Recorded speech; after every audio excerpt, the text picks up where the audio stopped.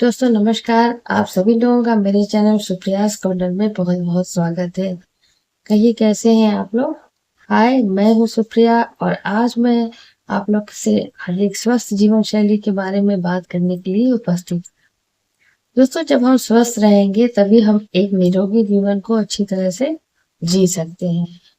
In case यदि आप मेरे चैनल पर पहली बार आए हैं तो मेरे चैनल को जरूर से सब्सक्राइब कर लें और साथ में नोटिफिकेशन बेल को भी प्रेस कर दें, जिससे आने वाली वीडियो आप तक सबसे पहले पहुंचे।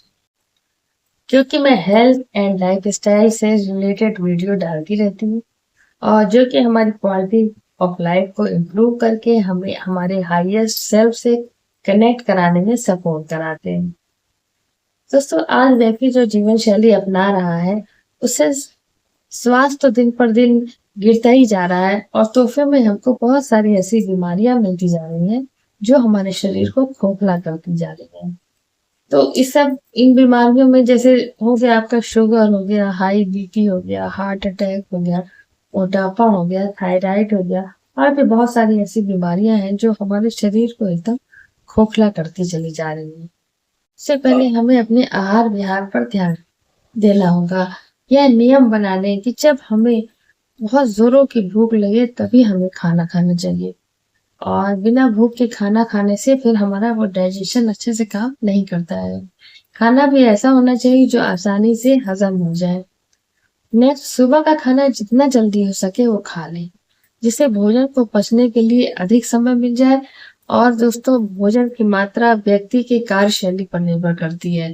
तो जिस तरह का हमारा काम होगा उसी तरह से हमको भोजन करना होगा। जब ये किसान जो खेतों में काम करता है, जो ज्यादा शारीरिक श्रम करता है, तो उसको ज्यादा भोजन की आवश्यकता होगी।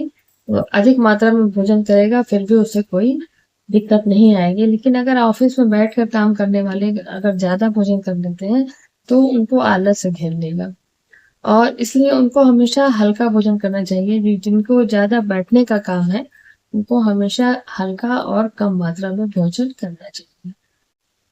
दोस्तों, भोजन को इतना चबाएं कि दांतों का काम आंतों को न करना पड़े। तो अगर हम अच्छे से चबाते हैं भोजन को तो हमारा भोजन जो है वो अच्छे से पच जाता है। ठीक है, तो इसलिए कम से कम हमको 32 बार तो जरूर चबाना चाहिए, जिससे कि महीन हो जाता है तो वो आसानी से पच जाता है। सबसे जरूरी बात यह है दोस्तों कि भोजन तभी ग्रहण करें जब हमारे मन की स्थिति एकदम शांत हो, किसी भी प्रकार का तनाव ना हो। अगर तनाव होगा तो फिर भोजन पचने में बहुत दिक्कत आएगी। इसलिए हमेशा प्रसन्न चित्त होकर भोजन करें, कभी भी दुखी होकर भोजन ना करें। अगर किसी प्रकार का दुख है या तनाव है तो उस समय तो खाना बिल्कुल खाएं ना, और जब नॉर्मल हो जाए तभी भोजन को ग्रहण करें। क्योंकि तनाव में किया गया भोजन जो है वो कहीं ना कहीं हमारे शरीर में बहुत सारे विकारों को उत्पन्न कर देता है। और स्वस्थ रहने के लिए हमें शारीरिक श्रम अवश्य करना है दोस्तों, क्योंकि श्रम के अभाव में भोजन जो है वो ठीक से पच नहीं पाता है और हमारे शरीर में क्या है, कैलोरीज बढ़ती चली जाती है। फिर जब कैलोरीज हमारे शरीर में इकट्ठा हो जाती है तो उसके साथ साथ हमारे शरीर में मोटापा बढ़ने लगता है। तो जब मोटापा बढ़ता है तो फिर बाकी रोग भी धावा बोल देते हैं। तो इन सारी चीजों से बचने के लिए हमको जरूर से एक्सरसाइज को अपना डेली रूटीन बना लेना चाहिए। अगर हम हल्की फुल्की एक्सरसाइज करते रहेंगे तो मोटापा हमारे शरीर में नहीं बढ़ेगा। दोस्तों, शरीर को निरोगी रखने के लिए मॉर्निंग वॉक जो है वो एक बहुत अच्छा उपाय है। अगर हम लोग मॉर्निंग वॉक करने जाते हैं, टहलते हैं, तो प्रातः काल की जो शुद्ध प्राण वायु में अगर हम गहरी गहरी सांस लेते हैं तो उससे क्या होता है कि हम हमारे अंदर एक नई स्फूर्ति जो है वो नई स्फूर्ति से हम भर जाते हैं। तो ये बहुत जरूरी है कि मॉर्निंग में हम अगर थोड़ी बहुत भी चहलकदमी कर लेते हैं तो वो हमारे लिए बहुत ज्यादा लाभकारी है। दोस्तों, आसपास में जाने के लिए हमें हमेशा पैदल ही जाना चाहिए, जिससे कि हल्की फुल्की कसरत अपने आप हो जाती है।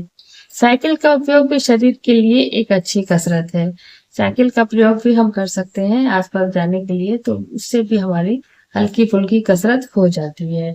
आज की भाग दौड़ भरी जिंदगी में दोस्तों हम कुछ ऐसा खो गए हैं कि एक्सरसाइज वगैरह को बिल्कुल भी नजरअंदाज कर देते हैं। तो इसी वजह से हमारा शरीर जो है वो रोगों का अड्डा बनता चला जा रहा है। तो इसी से हमको निजात पानी है और इसके खिलाफ हमको मुहिम खुद से लड़नी है कि जो है किस तरह से क्या क्या ऐसा करें कि हम एकदम स्वस्थ जीवन जी सकें।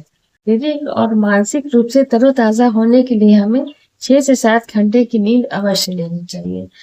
इससे ज्यादा सोने से हमको आलस घेर लेता है और कम सोने से भी हम स्फूर्ति हमारे अंदर नहीं महसूस होती है, हम तरोताजा महसूस नहीं करते हैं। इसलिए 6 से 7 घंटे की नींद एक पर्याप्त नींद है एक आम व्यक्ति के लिए। तो इससे ज्यादा सोने से हमको आलस घेर लेगा। तो दोस्तों हमको नींद भरपूर लेनी चाहिए जिससे कि हम स्वस्थ बने रहें। नेक्स्ट है कि चिंता हमको नहीं करनी है। चिंता करने वाला व्यक्ति दोस्तों या हमेशा परेशान रहने वाला जो व्यक्ति होता है वो जितना भी अच्छा खा ले पी ले लेकिन उसकी सेहत कभी भी नहीं बन सकती है। तो इसलिए हमको चिंता से दूर रहना है। और वही अगर प्रसन्न चित्त रहने वाला व्यक्ति जो है अगर वो रूखा सूखा भी खाता है लेकिन हमेशा खुश रहता है तो वो निरोगी बना रहता है। तो इससे आपको यही समझ में आता है कि हमको हमेशा प्रसन्न रहना है, खुश रहना है। खुश रहने से अपने आप हमारा स्वास्थ्य अच्छा होता चला जाता है।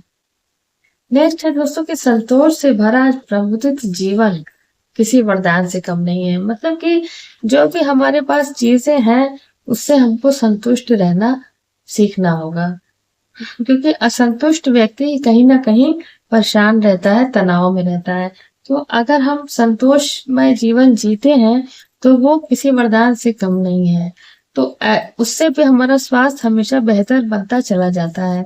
इसलिए हमें पूरी कोशिश करनी चाहिए कि हमारे पास जो भी है उसे हम भगवान को धन्यवाद दें और अपने से सामानों से या अपने आसपास के लोगों से हर तरह से संतुष्ट रहेंगे। संतुष्ट रहेंगे तो अपने आप में हम स्वस्थ रहें। दोस्तों तनाव बहुत सारे रोगों को जन्म देता है, इसलिए हमें स्वस्थ रहने के लिए तनाव मुक्त जीवन जीना ही होगा। इसके लिए हमें प्रकृति का संग बहुत उपयोगी साबित हो सकता है। अगर हम प्रकृति के साथ अपना समय व्यतीत करते हैं तो वो हमारे लिए लाभकारी है। इसलिए दोस्तों जब भी मौका मिले तो घूमने का प्रोग्राम जरूर बनाएं, क्योंकि प्रकृति की गोद में बहुत सुकून मिलता है। और जगह तो आप अपनी मन मर्जी से चुन सकते हैं, कहीं भी जा सकते हैं।